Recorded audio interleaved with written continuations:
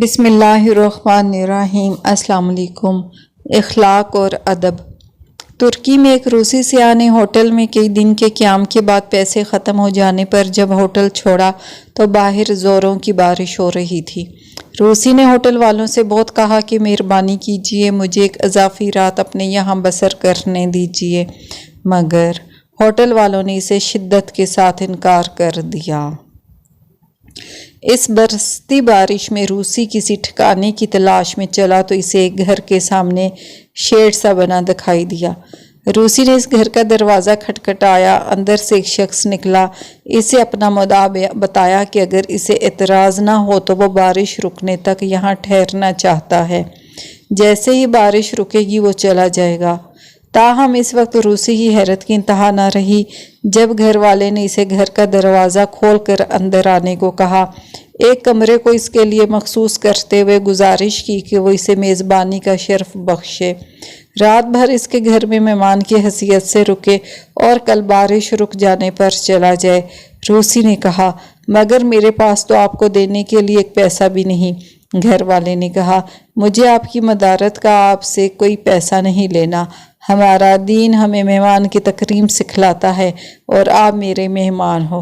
روسی نے پوچھا، اور آپ کا دین کیا ہے؟ میزبان نے کہا، اسلام۔ مہمان نے پوچھا، اور یہ اسلام کیا ہوتا ہے؟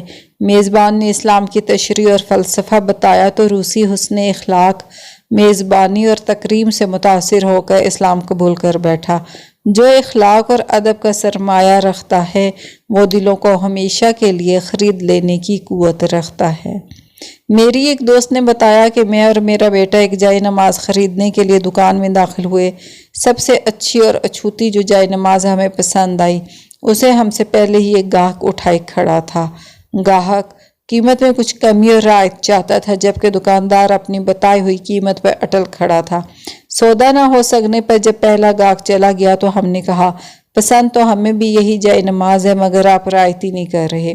دکاندار نے کہا، بالکل رعایت کروں گا، اور جو قیمت آپ کو اچھی لگے گی اس پر آپ کو یہ جائے نماز دوں گا۔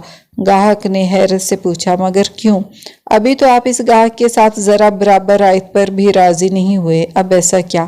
دکاندار نے کہا، جب آپ دکان میں داخل ہوئے تھے تو آپ نے مجھے سلام کیا تھا۔ سلام تو آپ کے بیٹے نے بھی مجھے کیا تھا، بلکہ اس نے تو مجھے مصافحے اور ہاتھ بھی ملائے تھے۔ آپ لوگوں کا یہ اخلاق مجھے آپ کو کیسی ہی رعایت کیوں نہ کرنی پڑے پر مجبور کر دیا ہے۔ آپ کے آداب اور اخلاق کی وجہ سے آپ سے رعایت اور آپ کے ساتھ میرا حسن معاملہ آپ کا حق ہے۔ یاد رکھنے والی بات یہ ہے کہ لوگوں کے مرتبے ان کے اخلاق کی وجہ سے بلند ہوا کرتے ہیں، بلکہ لوگ تو یوں بھی کہتے ہیں کہ اخلاق بھی رزق کی طرح ملی ہوئی دولت ہوتی ہے، اور اس اخلاق میں کوئی غنی ہوتا ہے تو کوئی بے حال فقیر۔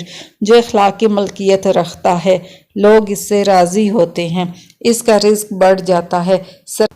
سرکار دو عالم صلی اللہ علیہ وآلہ وسلم کا ارشاد مبارک ہے کہ مومن کے اخلاق سے زیادہ کوئی بھی وزنی چیز قیامت والے دن میزان پر نہیں ہوگی۔ اوکے، ٹیک کیئر آل، اللہ۔